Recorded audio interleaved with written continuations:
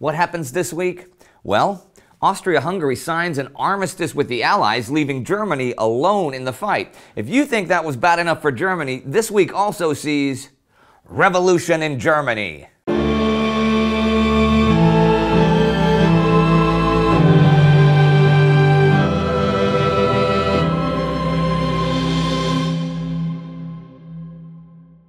I'm Indy Neidell. Welcome to the Great War. Last week, the Ottoman Empire signed an armistice, and for them, the active war was over. The Italian offensive against Austria-Hungary continues, taking chunks of ground and tens of thousands of prisoners, even as that empire dissolves into new nations. Emperor Karl has asked for an armistice, but has yet to get one. But he finally does this week. On the 3rd, the Allies advance on the whole Italian front before signing an armistice. Hostilities end at noon on the 4th. The Italians tried to take as much land as possible before this happened, including Trento on the 1st and Trieste on the 3rd, the latter taken by amphibious assault.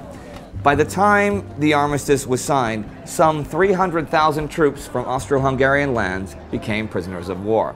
The Italian army was also advancing in Albania, and the armistice demanded Austrian demobilization, so southern Germany was now completely exposed. The Central Powers' unity collapsed with disconcerting speed. Bulgaria's surrender deprived the Central Powers of 14 combat divisions, enabling the Allies to liberate Serbia and advance to the Danube. Severing the Danube shipping route and cutting overland communication prevented Germany from supplying Turkey, and as the best Turkish units were in the Caucasus, Constantinople lay exposed. Romanian oil was also vulnerable. The more so as Romania had never fully disarmed and was now poised to rejoin the Allies. The Hungarian portion of the Habsburg monarchy faced invasion from both this direction and from Serbia, and in late October, the Budapest government announced the withdrawal of its forces from the Italian front. For the Central Powers, the implications of Bulgaria's surrender were all bad. Looking back, it seems that Hindenburg and Ludendorff were right when they said the war was lost when the Macedonian front was broken. And this is not so much saying that the Allies should have focused on the smaller fronts. The breakthrough on that front had such impact because it came during Ferdinand Foch's huge offensive, and after 2 solid months of German defeats and setbacks. Indeed, the Bavarian plenipotentiary at the OHL suspected the German High Command of using Bulgaria as a pretext for conceding defeat. Maybe so, but those attacks were still coming in the West. At the beginning of the week, the Canadians occupy Valenciennes. There is also an American attack on the Meuse, the 1st. This was a bit different from their early attacks. They'd made 3 artillery batteries from 14-inch battleship guns. Now railway mounted and firing from 40 kilometers away, their shells, over 600 kilos each, were insanely powerful. The Americans also used mustard gas for the first time, raining 41 tons of gas shells down on the Germans. Between these two things, the German artillery nearest them was almost completely destroyed. Low-flying planes machine-gunned the defenders as the American infantry advanced, while high-flying bombers hit communications, stores, and rallying points behind the lines. For the first time, the Americans completely broke through the German lines and the enemy fled. There was no possibility of the Germans even regrouping, let alone a counterattack. On the 4th, a great Anglo-French offensive on a 50-kilometer front begins, from east of Scheidt at Valenciennes to Guise-en-Oise, reaching to the east of Le Quesnoy, halfway through Mormal Forest, past Landrecies-en-Sambre and across the Sambre-Oise Canal. 10,000 prisoners are taken and 200 guns. That same day, the British attack on the Sambre Canal. Here, the poet Wilfred Owen, whom I've quoted several times, met his fate. Also on the 4th, the Allies plan new attacks for next week. The French will attack into Lorraine on the 14th. The Americans will join them. On the 5th, the British take Le Quesnoy and Mormal Forest. The French cross the Ardennes Canal, and from the 5th, and for the first time of the war, the Germans were in a general retreat. The next day, the Americans reached the Meuse River bank opposite Sedan. In the confusion of the advance, Douglas MacArthur is taken prisoner by his own side, brought in by American sentries who thought he was a German officer.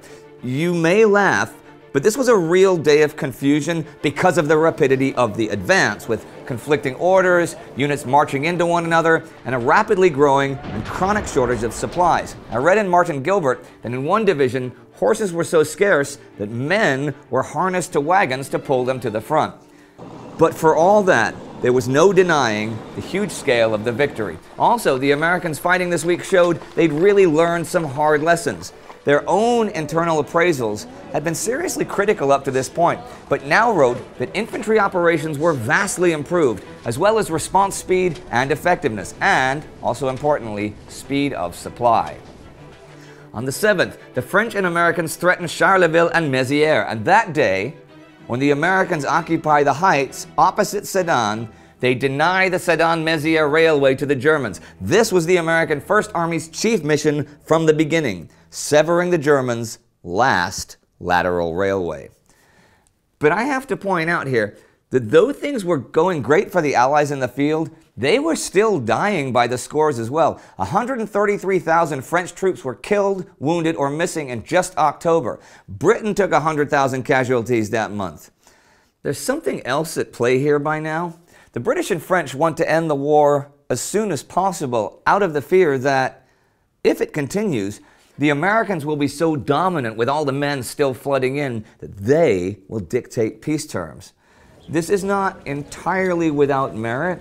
When American President Woodrow Wilson had been communicating with the Germans, he had not even consulted the Entente, and they had serious divisions on certain issues. How would trade work post-war? What about freedom of the seas? What would happen to the German colonies? The Allied generals had not, as it turned out, really read Wilson's 14 points. Still, the peace, or at least armistice process, is proceeding. On the 6th, German armistice delegates leave Berlin for the Western Front. Allied Supreme Commander Ferdinand Foch receives them on the 7th at Rethonde, 6 kilometers from Compiègne Forest, and refuses a request for a provisional armistice. Terms of armistice are to be accepted or refused by 11 a.m. on the 11th. Now, just to explain, you can't just cross the front lines and take a train to see Ferdinand Foch. The delegates crossed the lines near Cambrai by car and were taken on a long roundabout journey of the region. They did not know where they were going. The atmosphere was decidedly less than cordial. The German delegates are State Secretary and Center Party leader Matthias Erzberger, Count Alfred von Oberndorf, ex-foreign minister to Sofia, Detlev von Winterfeld, Naval Captain Ernst Vanselov, and a certain General von Gundel. Erzberger very reluctantly leads the delegation, so reluctantly that people were afraid he would not cross into the French lines. That's why von Gundel is there to replace him just in case. They are told that negotiations will take place in the forest of Compiègne. News of the arrival of German delegates on French soil sparked rumors that the war was already over. An American journalist telegraphed this rumor home from Brest, and that afternoon, the San Diego Sun ran the headline, "Peace, Fighting ends." Yep, in their haste, they misspelled fighting. Celebrations began all over the States, and the great Enrico Caruso sang the Star-Spangled Banner from the window of his hotel in New York. The news was, in fact, reported all over the world the 7th, from Argentina to Australia, and crowds converged on the White House, calling for President Wilson to address them. He knew, of course, that this news could not be true, so he didn't come out. There were also those who knew that the war was not over, but were refusing to fight it. The German 3rd Naval Squadron had arrived in Kiel after naval sedition and mutiny caused Admiral Franz von Hipper to rescind his order for all-out battle with the British last week.